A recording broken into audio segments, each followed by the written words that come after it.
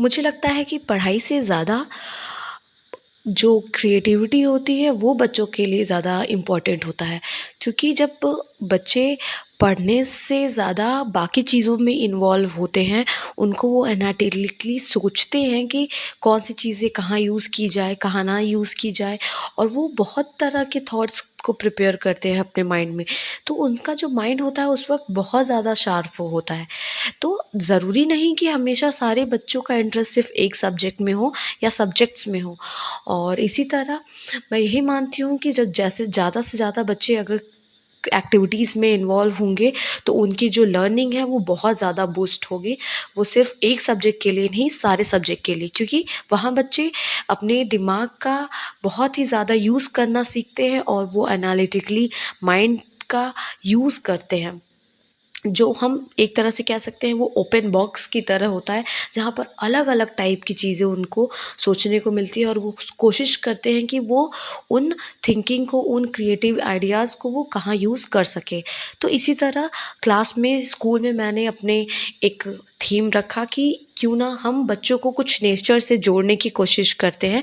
हालाँकि ये चीज़ हम लोगों ने अपने बचपन में बहुत की है, कि जब हम छोटे होते थे तो खिलौने तो ऐसे, अभी तो मार्केट में काफ़ी सारे प्लास्टिक्स के खिलौने मौजूद हैं, तो हम लोग अपने किचन के सेट्स जो होते थे, वो मिट्टी को गीला करके बना करके तैयार करते थे, फिर उसको बहुत ध्यान से सुखाते थे, फिर इसके बाद में उसी को हम खाना पकाने के लिए इस्तेमाल करते थे जब हम खेलते थे तो। तो इसी तरह बच्चों को भी मैंने दिया ये एक्टिविटी कि आप सॉइल आर्ट करके आएँगे, मतलब सॉइल से आप कुछ क्रिएटिव बनाने की कोशिश करेंगे।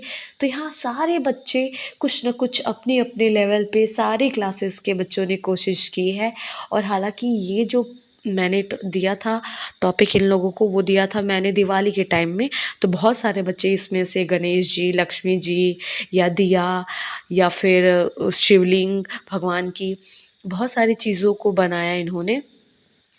और बा इसके बाद जब मैं सारी क्लासेस में जा रही थी, तब मुझे यकीन हुआ कि no, I was wrong about them. मैं सच में गलत थी, कि ये बच्चे सच में, मतलब इनका इंटरेस्ट पढ़ाई से कहीं गुना ज़्यादा इन सारी चीज़ों में है।